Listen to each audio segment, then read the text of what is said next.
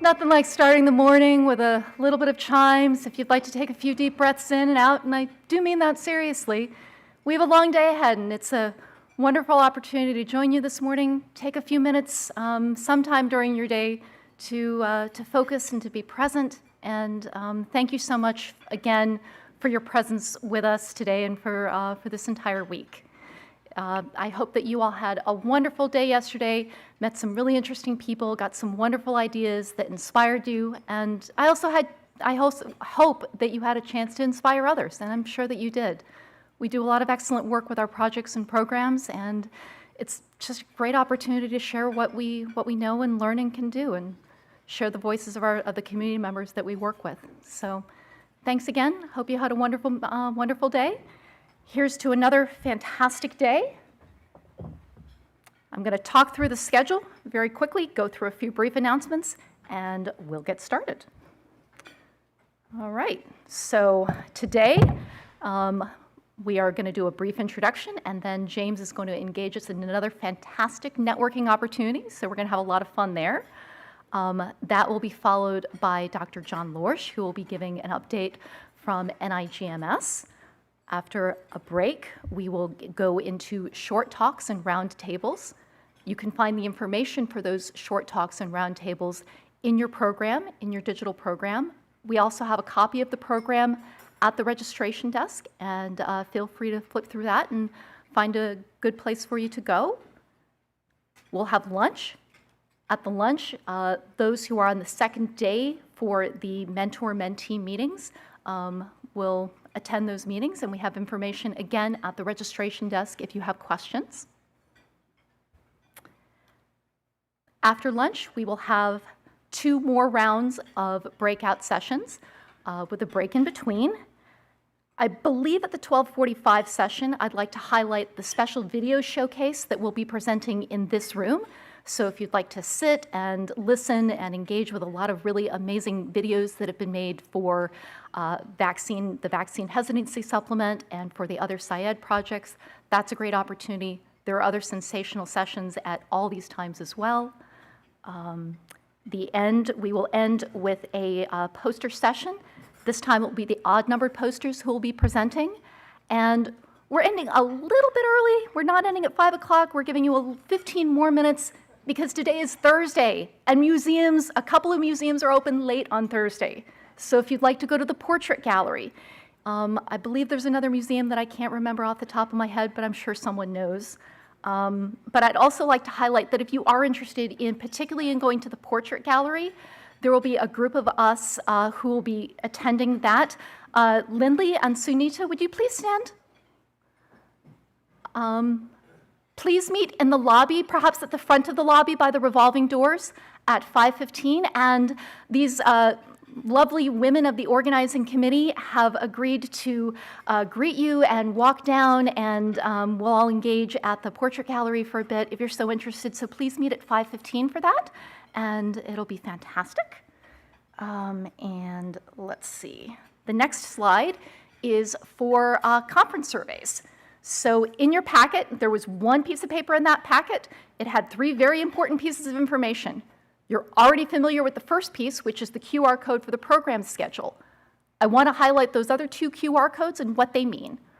One of the QR codes is for the conference survey, for the end of conference survey. I believe Louisa is making last-minute adjustments. I think she already has. So I think that conference survey will be ready for you to take.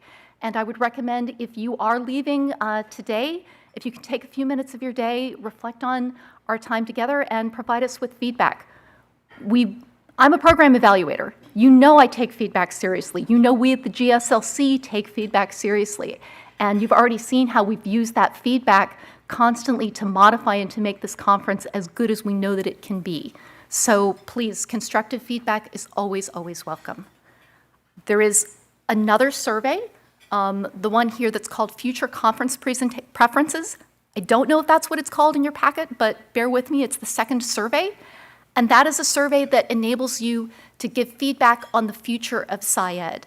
We're asking questions about formats and other options for locations or times, any feedback that you'd like to give to shape the future of the SciEd meeting. That opportunity is present for you as well. And we, again, encourage your constructive feedback. Okay? And before we get to our networking, I have one final announcement. This only pertains to a few of you who are engaged in breakout sessions and note-taking, but it is very, very important, and it's very, very useful to all of us on the conference team. Paused and waited for the laugh. And for those of you who know Monsters, Inc., you recognize Roz and her constant berating of the monsters in Monsters, Inc. to bring in their paperwork. And particularly by paperwork, I am asking those of you who have very graciously and generously agreed to take notes for the conference. Those notes are due on June 24th. We use these notes in our programming, in our programming end of conference report that we give to NIH and IGMS.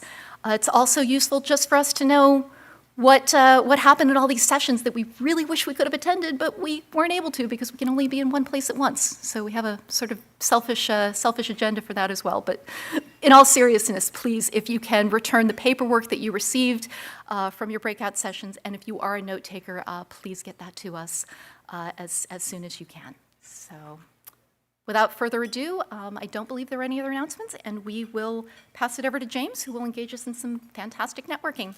Thanks again, everyone. I'll be back at lunch, and have a wonderful day.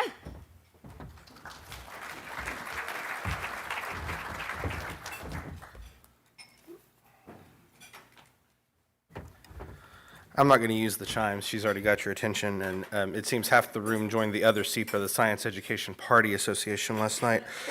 So it's all right.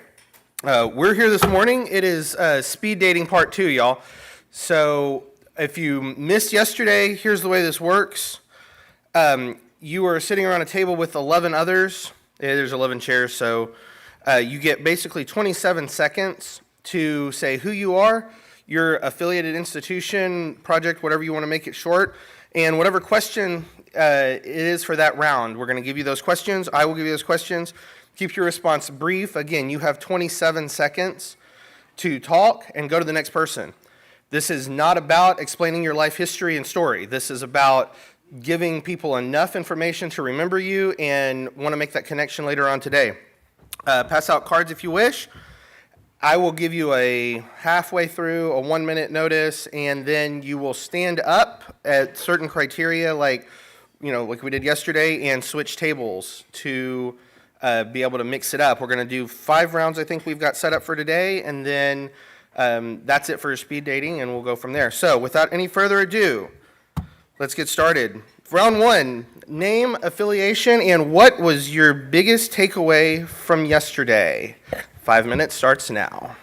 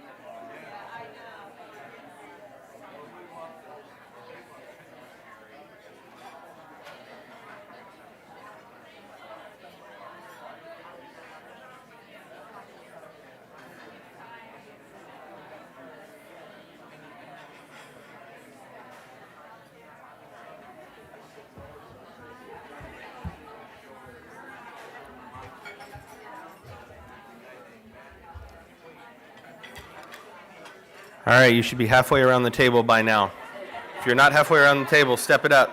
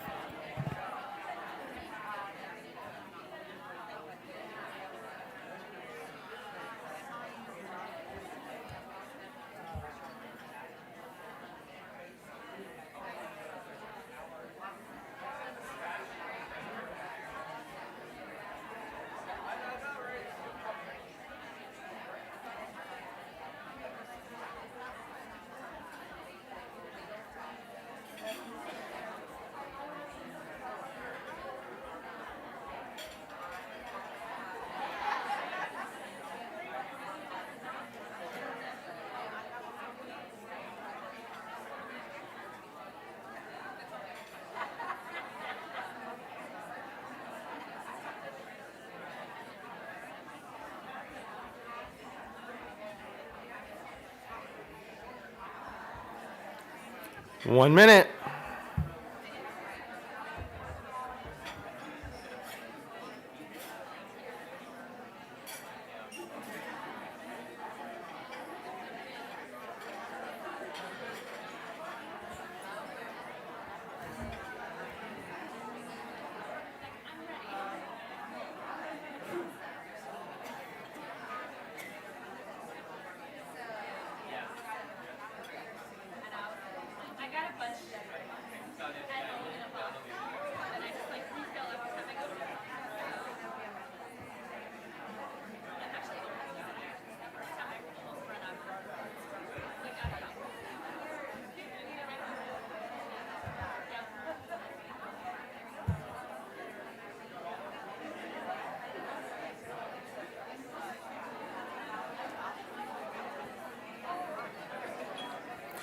And time.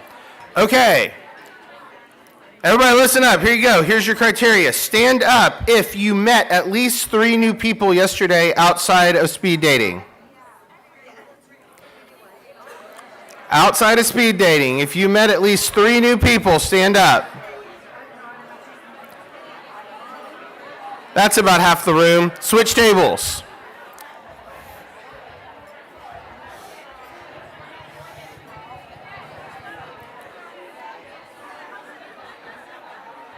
Make it quick. We don't have a lot of time. Dr. Lorsch is already here.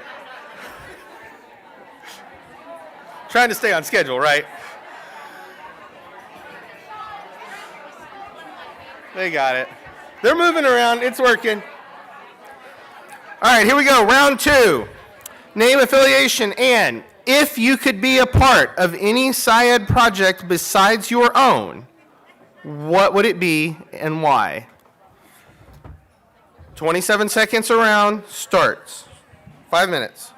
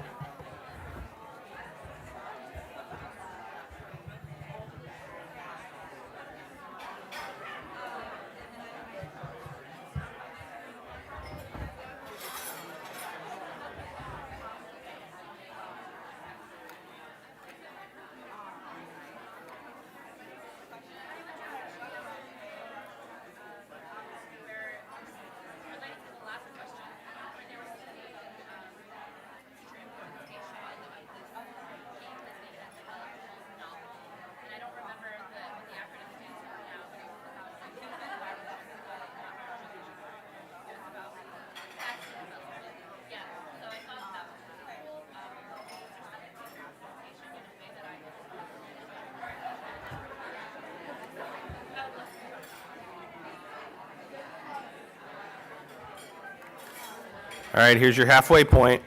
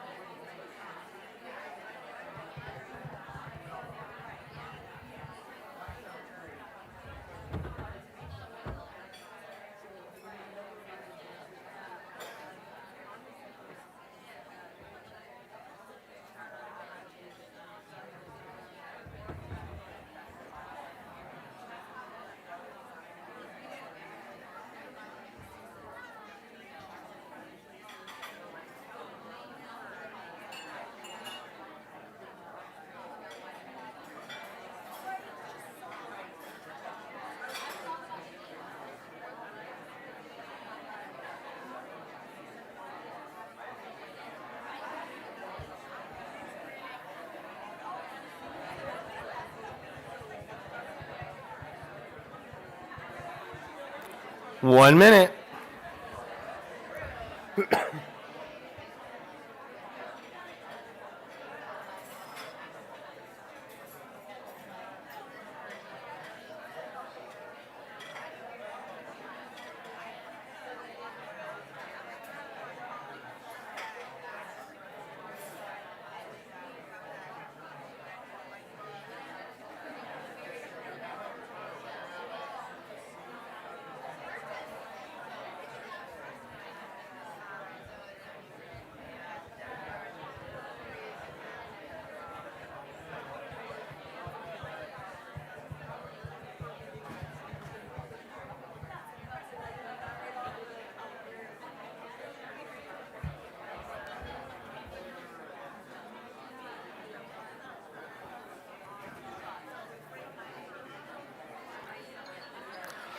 And time.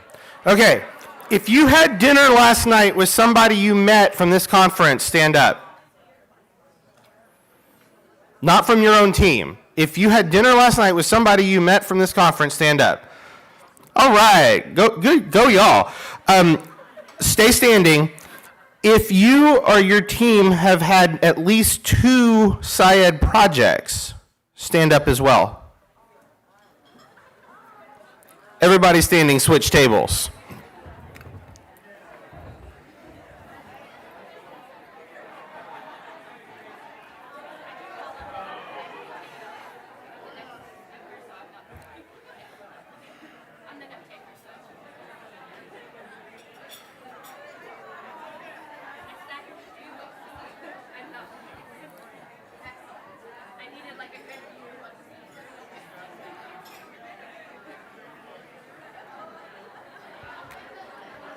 All right, mostly everybody's down. So, round 3, here we go.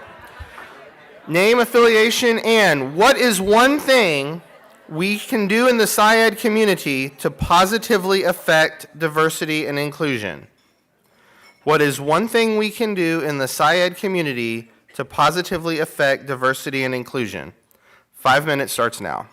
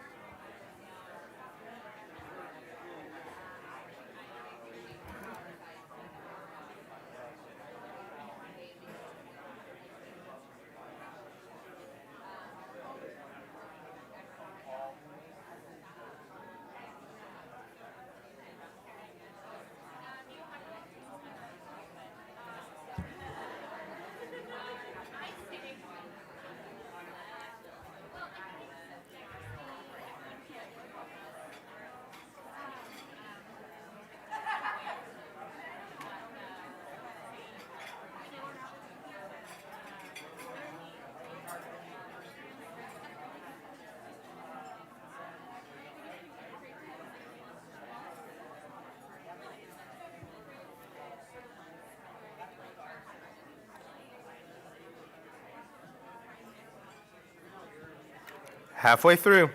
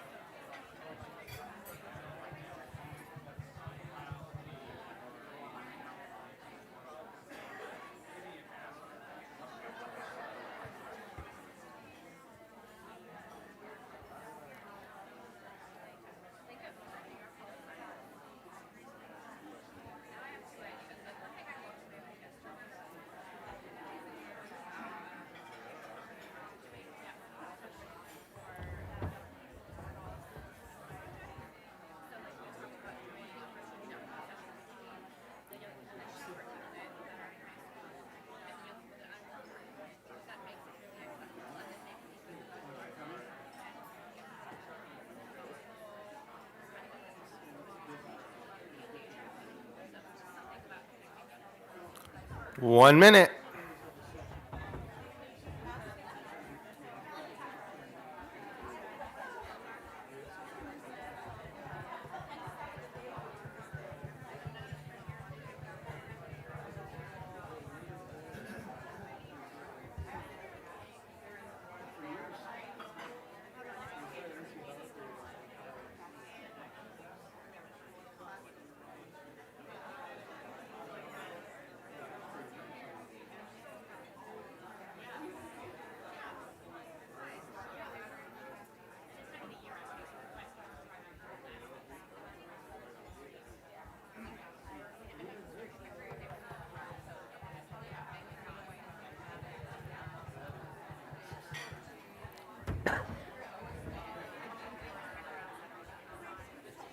Sorry? She's over there. And time's up. All right. Here we go. If you have attended a SciEd meeting that was not in DC, stand up. It's been a while, right? A SciEd meeting that's not in DC, all right? If you are or once were a K-12 teacher, stand up. Everybody standing, switch tables.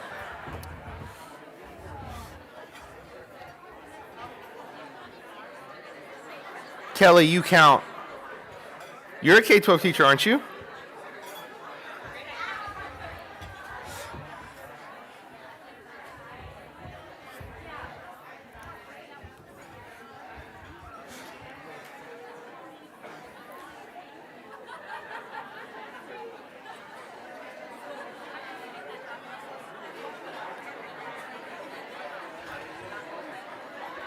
Okay, mostly everybody's sitting down now. So here's your round 4 question. What success or outcomes have your project realized from diversity initiatives or best practices? What success or outcomes has your project realized from diversity initiatives or best practices? 5 minutes starts now.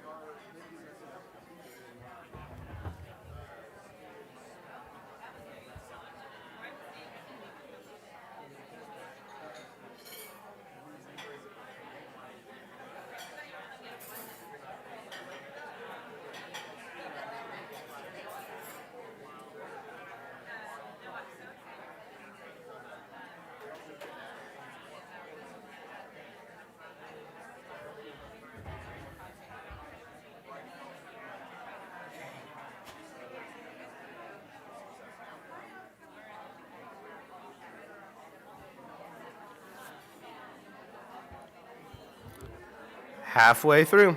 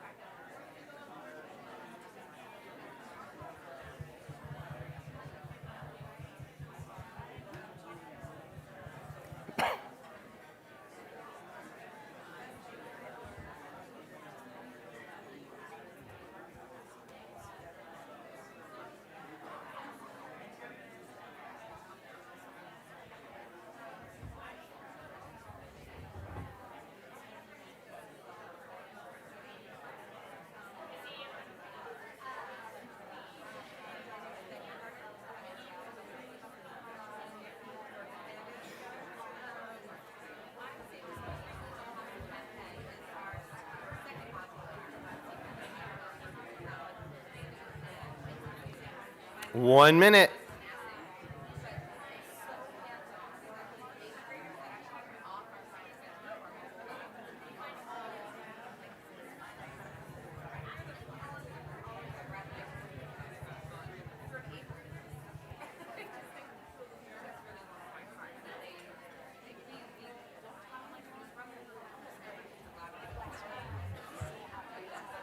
You want to make it the last one? You want to make it the last one? Yeah, please. Okay.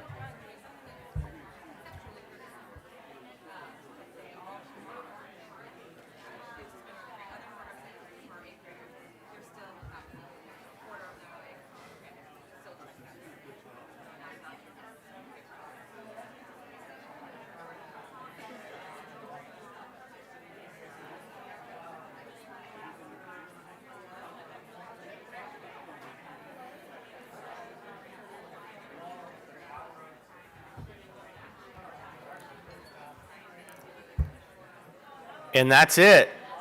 Everybody get around. Everybody got to move. Very good. Thank you all for participating in speed dating the last 2 days. It's been fun. Y'all had a good time? All right. Kristen, are you back up here? All right, that's it. We've got a great day lined up. So thank you all.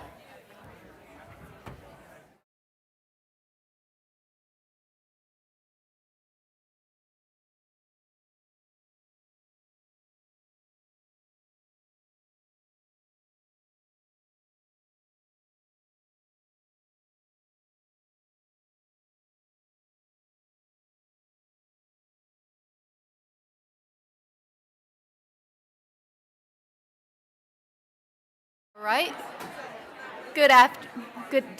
Still morning. Good morning, everybody.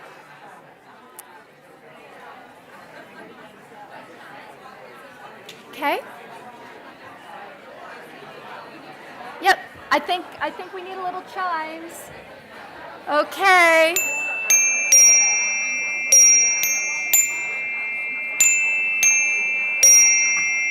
Three blind mice. If you work with Daisy Girl Scouts, you sing funny kindergarten songs. So, all right. It is my pleasure to introduce Dr. Ming Lei, who is the Director of Research Capacity Building for the National Institutes of General Medical Science. Dr. Lei will be introducing Dr. Lorsch, who will be giving an NIGMS update. Thank you very much. Good morning. Welcome to DC. I'm delighted to have the opportunity to introduce Dr. Lorsch. And although many of you have known him for over the years, but I understand that every year we have new PIs and students join the conference. So Here we go. Dr. Lorsch received his BA in chemistry from Swarthmore College in Philadelphia and a PhD in biochemistry from Harvard University under the tutorship of Jack Szostak, who won a Nobel for physiology and medicine in 2009. He did his postdoc at the Stanford University School of Medicine before joining the faculty at the Johns Hopkins University School of Medicine. At Hopkins, he got voted multiple times by students to be for teaching award, various teaching awards, and grew into a leader in the RNA biology field and rose to the rank of full professor. His research focuses on understanding of initiation of translation, including using chemical reagents such as drugs to modulate that regulatory process. He continues his research at the NIH Intramural Research Program as a tenured investigator. John became the director of NIGMS in August 2013, overseeing the Institute's $3 billion plus annual budget and its mission-related activities, including supporting basic biomedical research that lays the foundation for advancing human health, developing a diverse biomedical research workforce, and building research capacity across the nation. In less than 10 years as NIGMS director, he has established himself as a thought leader in sustaining and growing the nation's biomedical research enterprise and a renowned change agent. He is the architect of NIGMS' signature Maximize Investigators Research Award program, which has already shown a profound impact on how we fund biomedical research in the U.S. He co-chairs NIH Scientific Data Council, helping shape biomedical research in the area of data science. He has also been a consistent advocate for trainee safety and overall well-being, driving the establishment and improvement of many NIH policies in this space. Among his, he is a national leader in enhancing diversity in biomedical research. Among his numerous contributions in this area, he is currently co-chairing the NIH Unite initiative that has spearheaded many funding programs to provide education and research opportunity to diverse populations. One of this program is the expansion of SEPA program that enables other NIH institutes to join NIGMS and fund more SEPA awards. So without further ado, let's welcome John.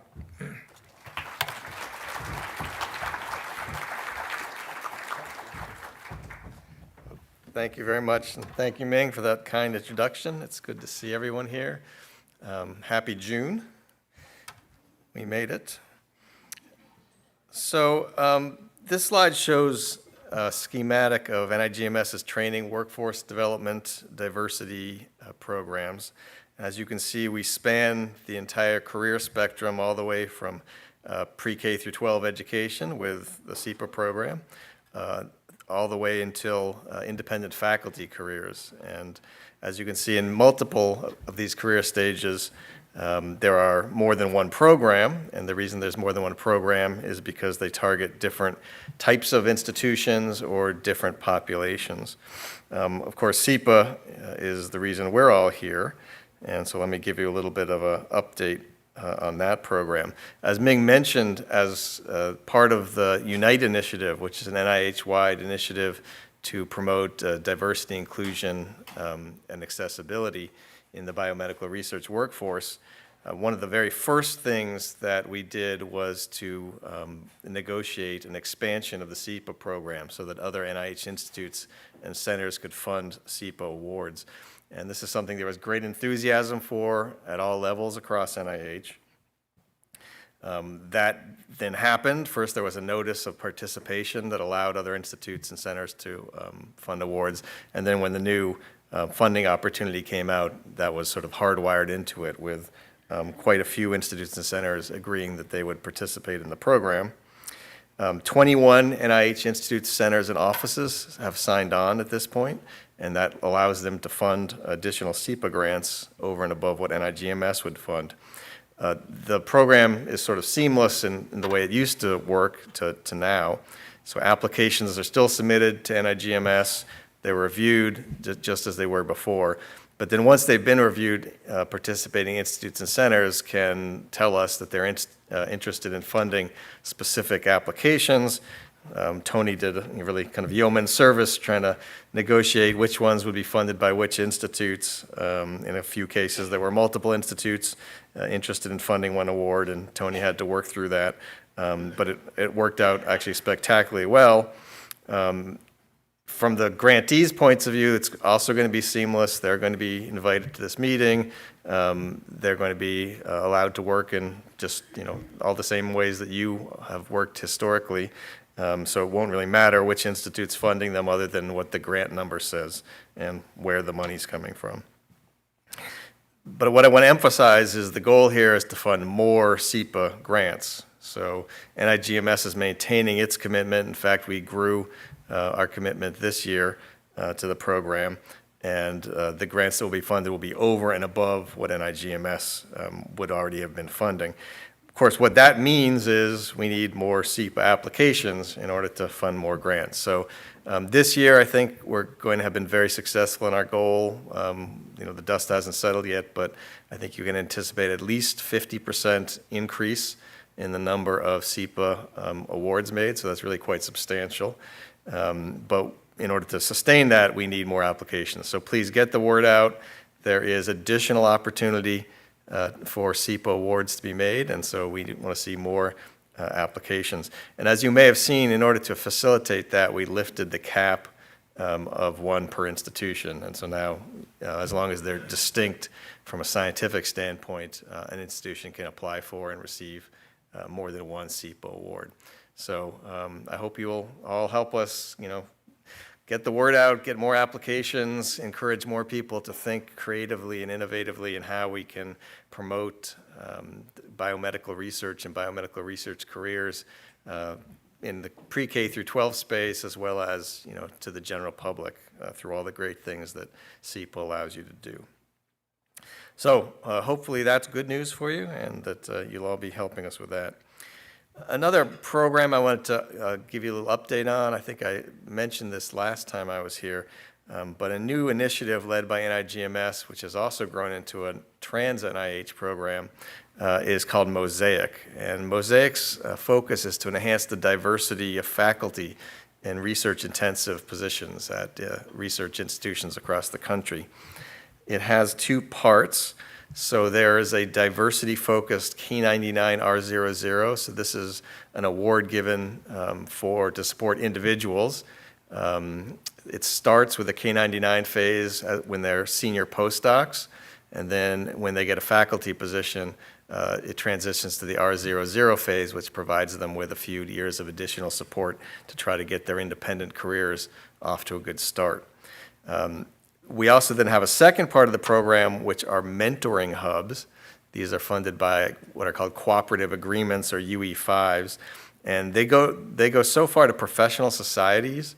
AAMC, ASBMB, and ASCB are the first three awardees. We hope to make another award this year, either in neuroscience or microbiology, and then probably one or two more after that to take on the incredible growth we've seen and popularity of this program. What those mentoring hubs do is provide additional mentoring, career development, network building. We saw network building this morning. They do that kind of thing, but on an even bigger scale for cohorts of the scholars who have the K99s and the R00s based on their scientific interests. So it takes the cohorts, it gives them this additional mentoring, skills development, networking, career development, et cetera. And hopefully by doing that, it will promote their successful transition into independent faculty careers and then their success as independent faculty members. And so far, it's been working spectacularly well. What we've heard from the scholars and from the professional societies is just incredible enthusiasm. The AAMC just had a meeting for their scholars, and Kenny Gibbs, who runs this program, was there, and he told me 3 people independently came up to him, 3 scholars, and said they had been about to leave, to abandon their goals for having independent academic careers when they heard about the Mosaic program, applied for it, were awarded it, and now all 3 of them have faculty jobs. So as Kenny said, it's really doing something. So we're pretty pleased about this. 23 NIH institutes and centers and offices have signed on to participate in this, so that means they can make K99 R00 awards, or in a few cases, fund mentoring hubs. And it's the same kind of model that I just explained to you for SEPA, that NIGMS is managing the program. We started the program, but they can fund their own grants in it, and it's seamless. The scholars funded by other institutes are integrated into the program just as the NIGMS ones are. We've had 2 full years of funding so far. We're in the 3rd fiscal year of funding, and in the first 2 years, 80 K99s were awarded by 16 different ICs. So, that's really great participation, not just in terms of saying they were interested in funding awards, but in actually funding awards. And the success rate in the first 2 years was about 50%. So that's really tremendous success rate for a grant, right? That half the people who applied were awarded these K99s. So I hope you'll get the word out that this program is there. It's so far very effective, and you've got a pretty good chance of getting a grant if you apply for it. When we look at the demographics of the scholars in the first 2 years, 80% about were women, and about 70% were underrepresented minorities.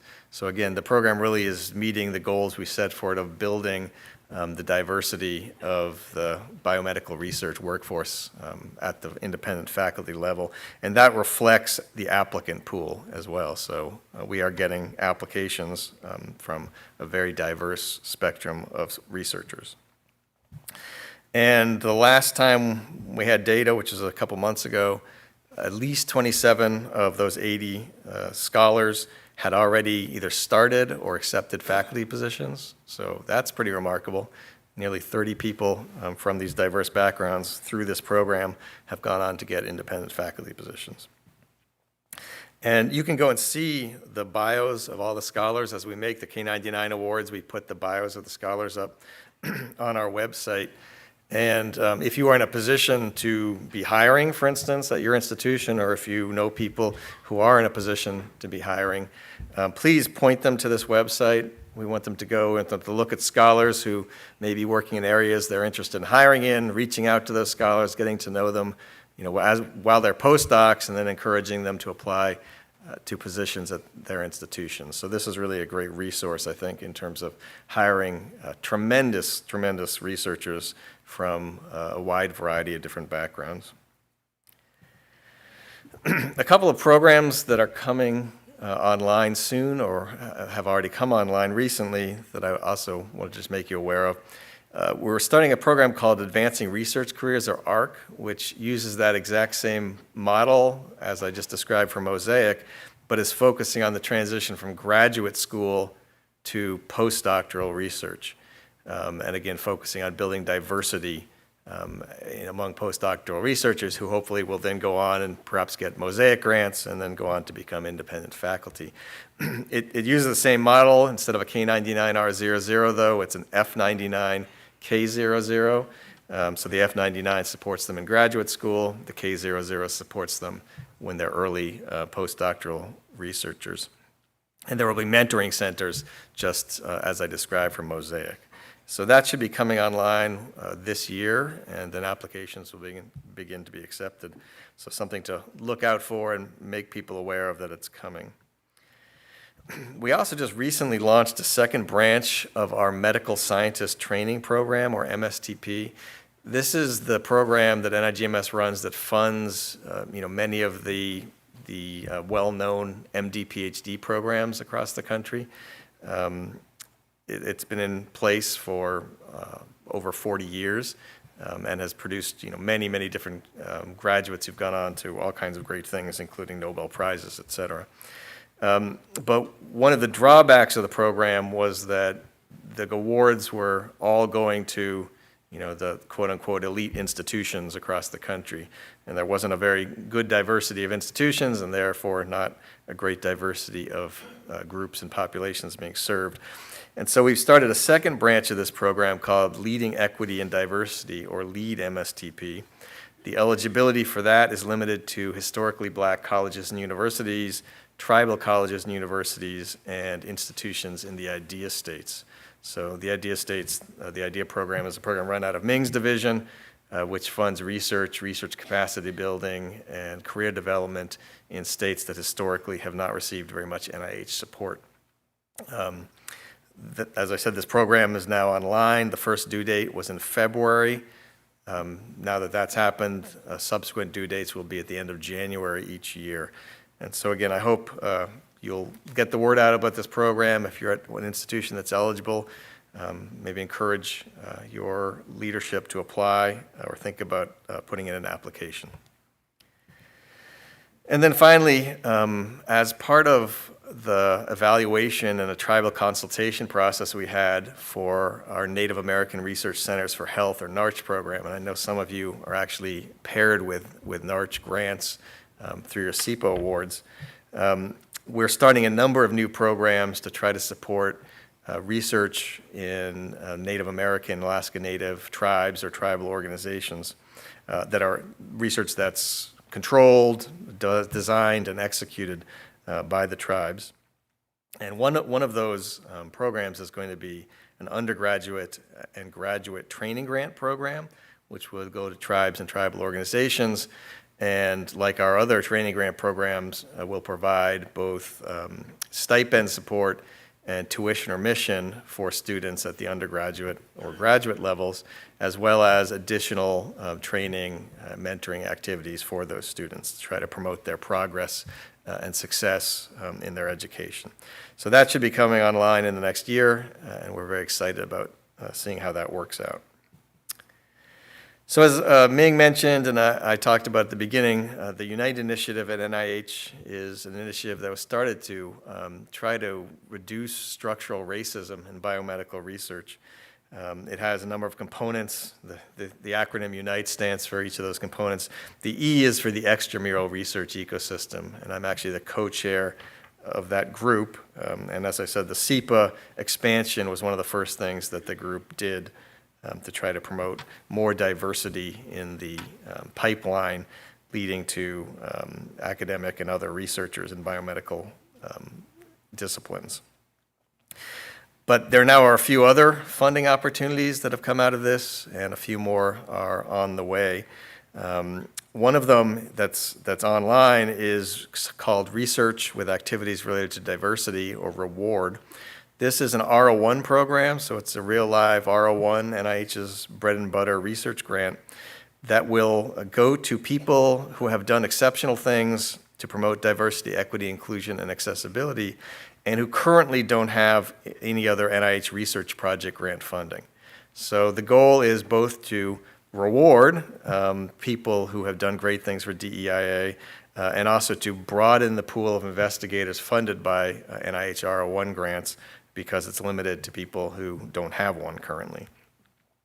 The R01s will support the investigators' research, so whatever research area they're working in, it'll support their research, and it will also support them to continue those excellent DEIA activities that made them eligible for the program in the first place.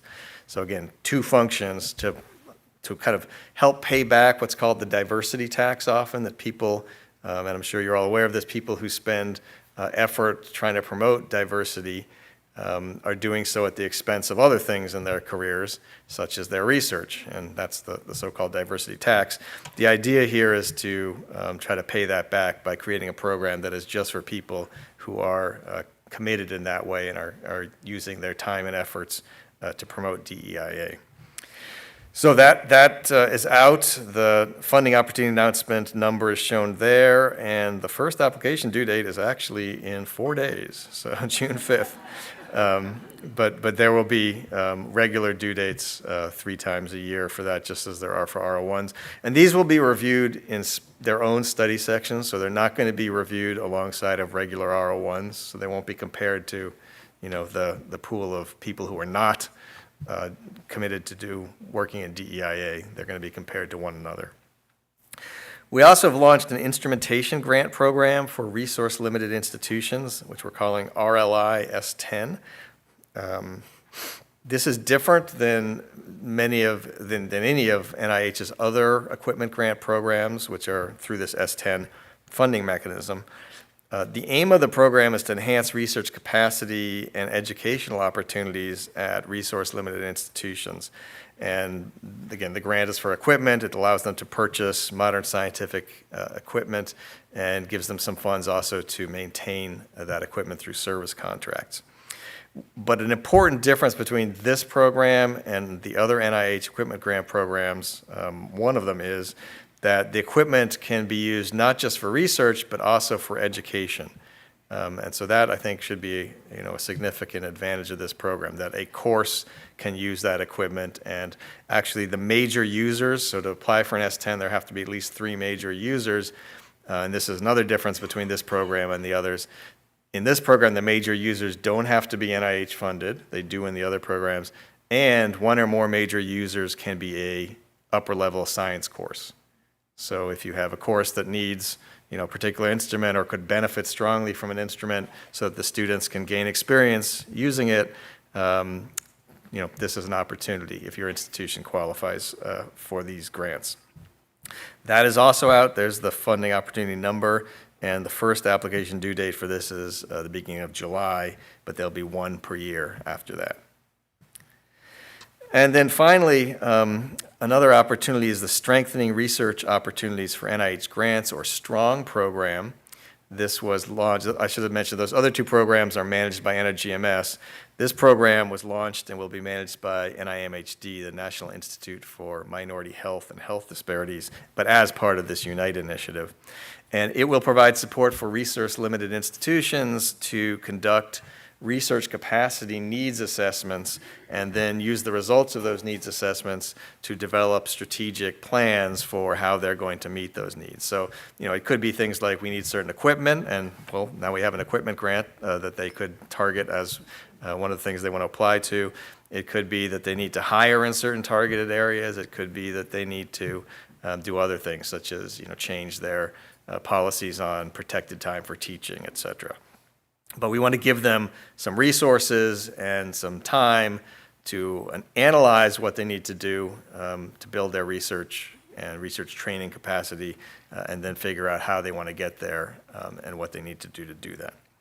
So this is also online. There's the number for that. The application due date is in September. And so again, this is something hopefully institutions you're associated with or know of will avail themselves of to try to build their research and research education capacity. We also wanted to reward institutions that are already doing great things to promote diversity, equity, inclusion, and accessibility. And so NIH has launched, as part of the United Initiative, an institutional prize to do just that. And so applications from institutions that have done particularly impactful things or particularly innovative things to promote DEIA will be accepted. The NIH intends this year to give up to 10 awards, and they will be up to $100,000 each. I think maybe more importantly than that money is the recognition that the institutions will be able to put on their website that they received this recognition from the NIH, and they will be able to use that in recruiting of students and of faculty and of staff, et cetera. So the idea here is really to both recognize things that have worked well, and by recognizing them, disseminate them so that others can try to use those same models, but then hopefully also to create kind of a healthy competition so that when institutions see that their peers have actually won these kinds of awards, they will hopefully want to do so themselves and will therefore redouble their efforts to promote DEIA within their own spaces. So there's a website that describes more about this that you can go to and encourage people to apply. And then one policy update. So the United Initiative, the E-Committee, is not just focusing on these funding opportunities, although several more are still coming in the pipeline. But we've also been working to change policies at NIH to try to help promote DEIA in the extramural community. And one change we made recently that I'll make you aware of is that NIH-funded institutions are now required to have codes of conduct, behavioral codes of conduct that cover things such as harassment, discrimination, et cetera, and lay out expectations for what's appropriate at that institution and what consequences there will be if they aren't followed. This is now part of what's called the grants policy statement, which covers all the policies surrounding NIH grants. So if an institution has an NIH grant, they are now required to have these kinds of codes of conduct, and it's part of the terms and conditions of the award when that award is made. And what this does, in addition to, hopefully most institutions, if not all of them, already have these sort of thoughtful codes of conduct, and hopefully they, enforce them. But it does give NIH additional levers if there are problems, if there are complaints, allegations of harassment or discrimination or hostile work environments, to take more action, because that's now in the terms and conditions of the award, and the institution has said, we have this and we are following it. So if they don't, there's more we can do about it. Okay, a few other things just wanted to make you aware of, and maybe you can make use of. So probably most of you are familiar with Kahoot. If you have anyone who's in middle or elementary school or you're associated with it, this is an online platform which you can do interactive quizzes. It's kind of a neat game show format. It has music and leaderboards and animation and things like that. And NIGMS has, on behalf of all of NIH, worked out a partnership with Kahoot such that we are now preferred users or something, I can't remember the exact term. We're on their leaderboard. And we now are putting quizzes up. The initial quizzes that we had were made through our Pathways magazine, which I think I told you about previously. And we have a number of them in various areas. They're pretty cool, so go check them out. But NIH now as a whole, we're going to encourage other institutes and centers to develop in partnership with Kahoot their own quizzes, put them up in areas of their scientific focus, and try to use those to help do the same things you're doing, promote student interest in biomedical research and research careers. And we would encourage you to think about, are there ways you can use Kahoot? Are there ways you can use what we have up there? Can you do something even more innovative in this space using this platform? But you can see that we are now listed alongside of things like NASA and Microsoft and Star Wars and Disney and Marvel Comics on the Kahoot front page. So I think that's kind of cool.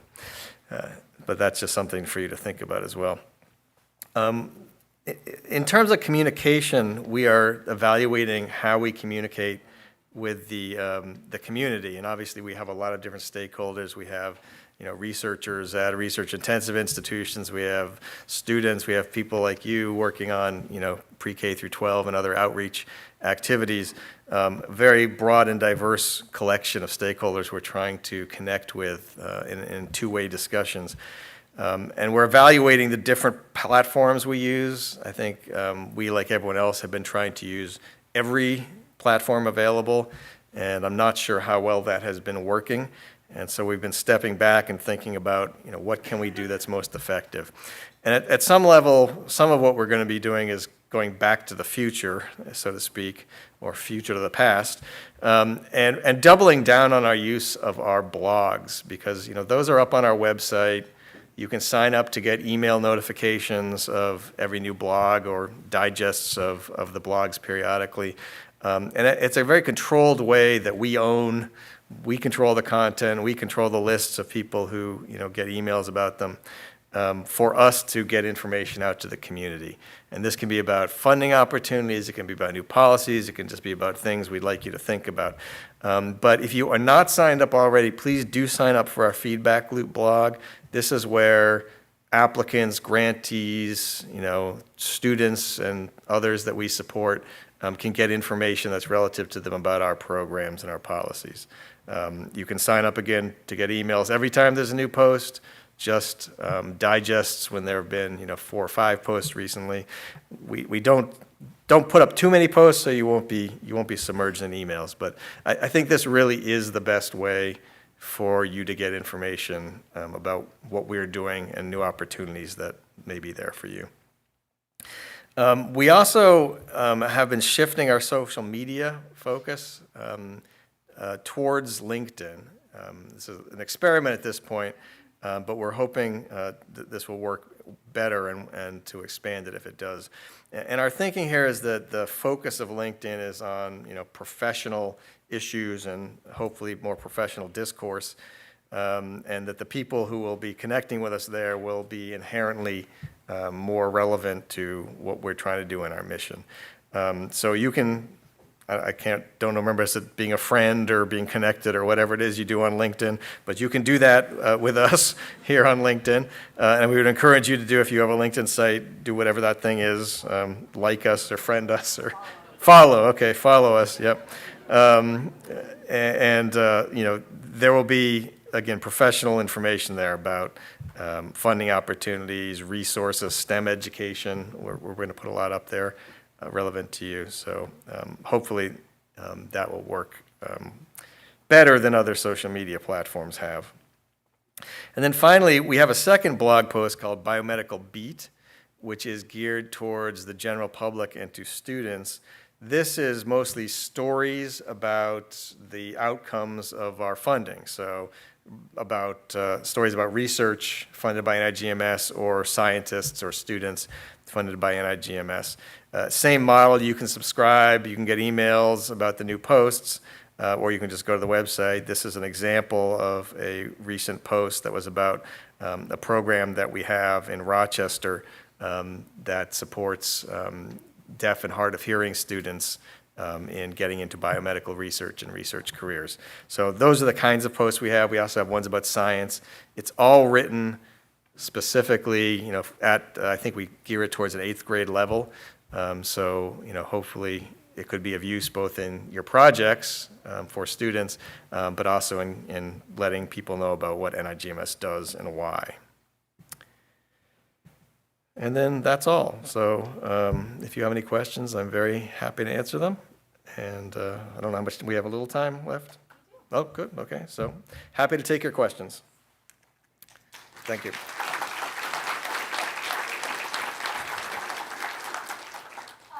you do have questions, please stand up to the microphone, and it would also help if you identified who you are and your institution, please. Hi, Dr. Lorsch. Thank you very much. Lisa Maria, Oregon Health and Science University. I did a postdoc in science education with the SEPA. My first SciEd I was the youngest of the team. This is my first SciEd coming back, bringing my own Great. team as faculty Oh, and wow. SEPA. Great story. So as we move forward with this, our SEPA, we realize the value of peer mentoring. And we have multiple sessions here that show the value of improving cultural training and support of all of our people. So my question becomes, will the diversity supplements ever become eligible? Will SEPA projects, R25s, ever be eligible for diversity supplements so we can bring these amazing scientists to work and translate their work for younger audiences? Yeah, it's a good question. Something we should look into more. I know we've been expanding what's eligible for diversity supplements. So I would greatly, greatly appreciate it. So your idea would be for postdocs, et cetera, to come in and work in the SEPA We program. reach so many students, and Yeah. it would be very powerful to have formal opportunities to bring individuals back, either at the postdoc level, at the post-bac level, at a peer mentor, near peer mentor. So like, what is that structure by which is it an administrative supplement that we can pull in additional peer mentors? Is there a different way? So I'm open to it. All sorts of different things. I have plenty of ideas, but point being is I would like to have some sustainability loops that allow us to bring in additional talent. Okay, that's a good idea. We'll take that back and think about it.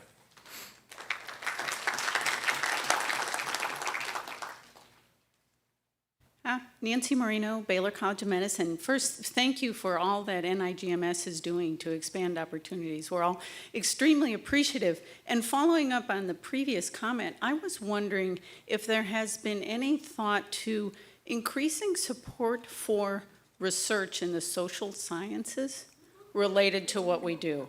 We are growing a community of researchers, and if they would have access to some of these funding mechanisms, it would grow all of our programs. So another idea to think about. Well, so I need to think about that one because we already do. So this is why, again, we're trying to increase that communication because there's lots of opportunities that we already have. So two programs to think about just from the start. We have a program called Interventions, which supports research in interventions for education and biomedical research careers. It can be R01s, it can be R35s. But to be honest, we don't get enough applications. So we would love to see more applications. It has to be research, but it's exactly what you're saying. So these are not programs to do the intervention, the training, except in that they're being studied to see how they work and to get data on what works well, what doesn't work well, why. But that seems like what you're talking about. We also have a program which used to be called SciEd Bio, which is a partnership with the NSF Social Sciences Directorate, which supports, it's mostly geared towards economics type research, but trying to understand, social science is trying to understand how the biomedical research enterprise works and doesn't work at a sort of mechanistic level. And so projects that are related to education, training, et cetera, are also appropriate for that, probably if they have more of the economic side of the spectrum. It's now called, and this is the worst acronym I've ever heard, but it's called SOS Bio. Yeah, I didn't come up with it, but I can't remember what it stands for, but something. But anyway, so that's still there as well. And then there are other, all of our training programs try to incorporate into them, at least evaluation, if not, some component of actual scientific study. And so a third program you might think about is called IPERT, which is Innovative Programs in Education and Research Training, if I remember correctly. It's an R25. And so those are actually to do, programs that are innovative to promote biomedical research careers, but they are expected to have some component in them of studying the outcomes of those things and why they work or don't work. So that's 3. So if those don't work for you, then we can think about other things. But I hope those will be enough and you'll think about applying. Well, that's very helpful, and I think we noticed everyone was writing furiously. Good. So thank you. Yeah, and all of this is up on our website, so please, if you haven't, go peruse our website. And if you have any feedback, actually, we're in the process of redesigning our website, which, you have to do every 5 years. So if you have feedback on you can't find certain things or it would be better if some things done this way, let us know. Sir. Hello, Dr. Lorsch. How are you? Good. How are you? I'm doing well. My name is Aaron Kyle. I'm from Duke University. I'm the director of the Outreach Design Education program. And I want to ask a question, and we were kind of covering this a bit at my table related to the diversity efforts within our respective programs. We were talking about things with respect to a proactive versus a reactive posture with regards to these sorts of things. We see increasing hostility in certain state houses with regards to DEI in education and workforce environments.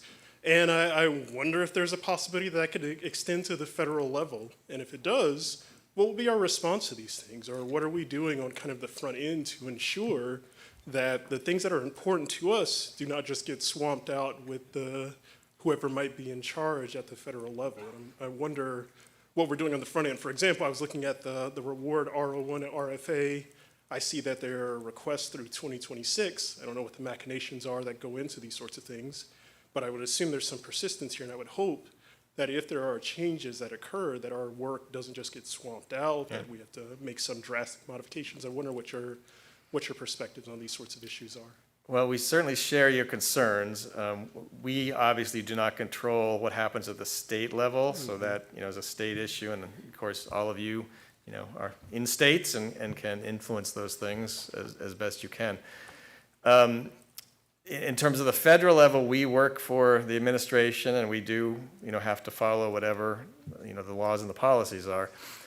We in all of our programs have worked very closely with NIH's Office of General Counsel in designing programs that are as robustly legally defensible as possible.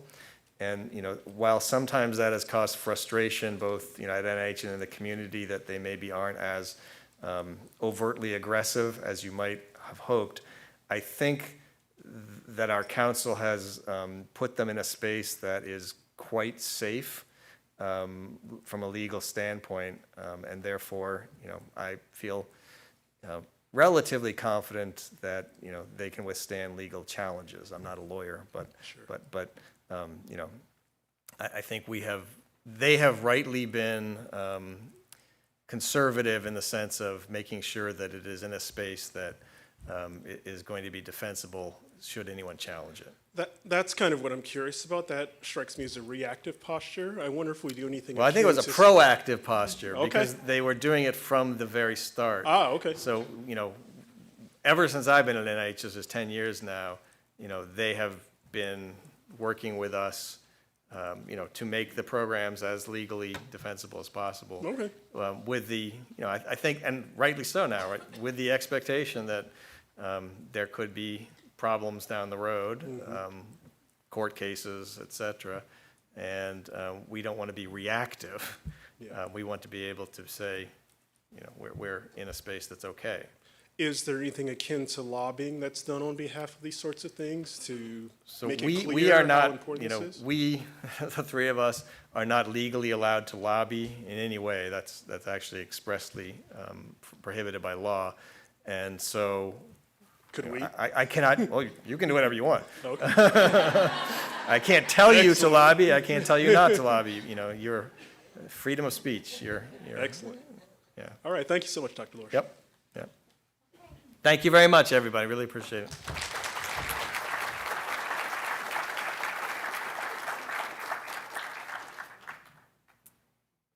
Okay. Thank you so much, Dr. Lorsch, for your remarks. And we will now go into a break for 15 minutes. And at 10 o'clock, we will begin our short talk sessions and our roundtables. For those of you who are presenting roundtables, we will be putting numbers out and setting things up. And you're welcome to set your roundtable up at this time or whenever you wish before 10 o'clock. So thank you so much. Enjoy the rest of the conference, and I'll see you guys at lunch.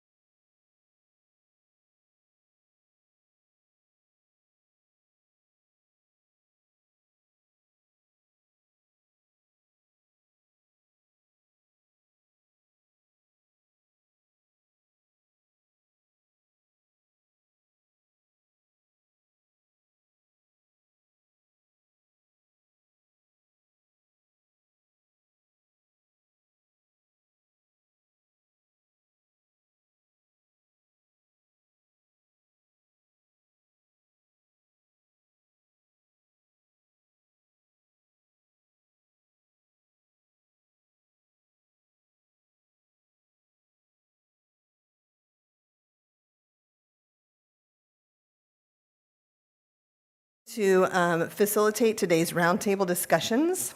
I'm going to give you a quick overview of the session, and then we're going to get started.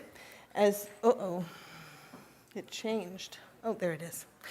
So if you see on the screens, I think that the roundtable session names are up there. Is that correct? Can you guys see that? Okay, good. So there are 10, and I'm not going to read them out loud since they're on the screen.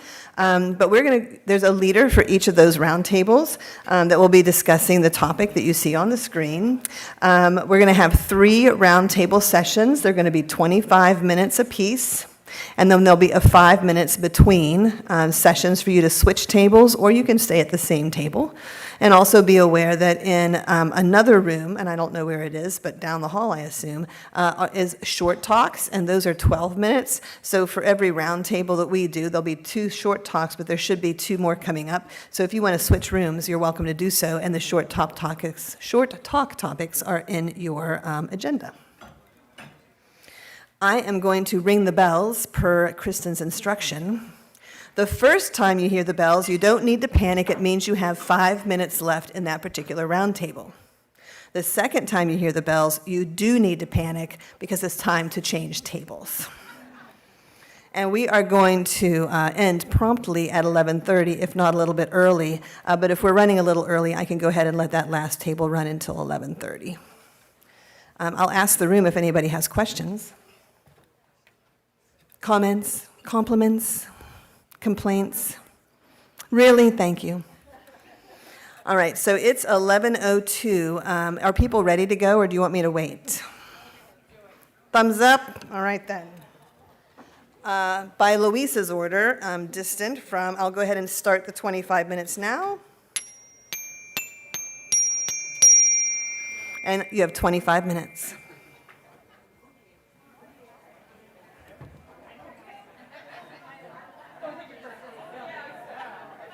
Actually going to give them to me.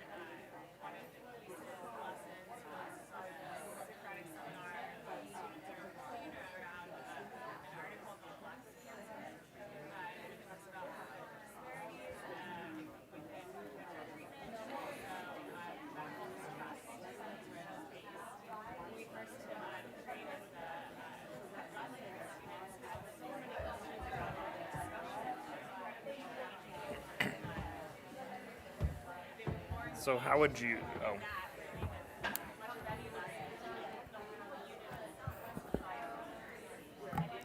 So how would you do this? So I have. This is what I got. This is all the video links. I went ahead and pulled them all up here, and then the projector setup is kind of a dual window situation. So right now, the only thing I can really think of to make it really organized is to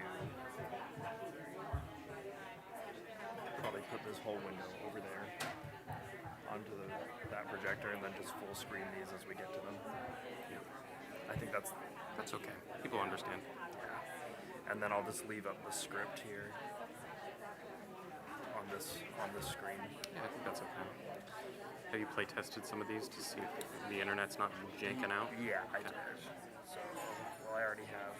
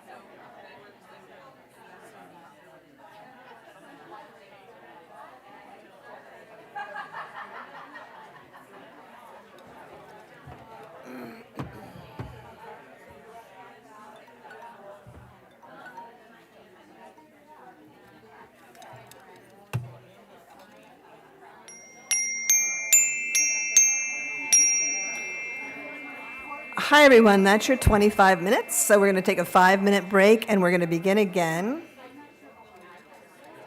at 10:34. So please switch tables, or switch rooms, or stay where you're at.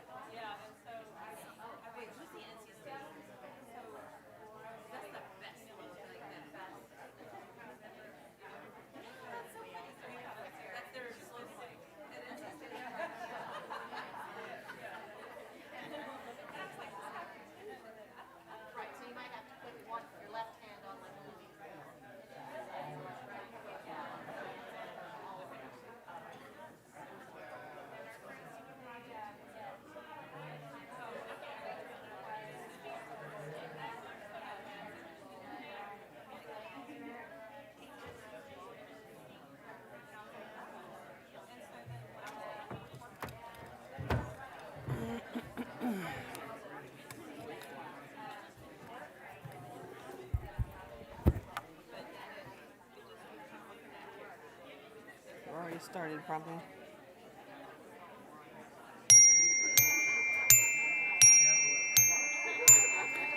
I think you're already started, but now you can go ahead and get started.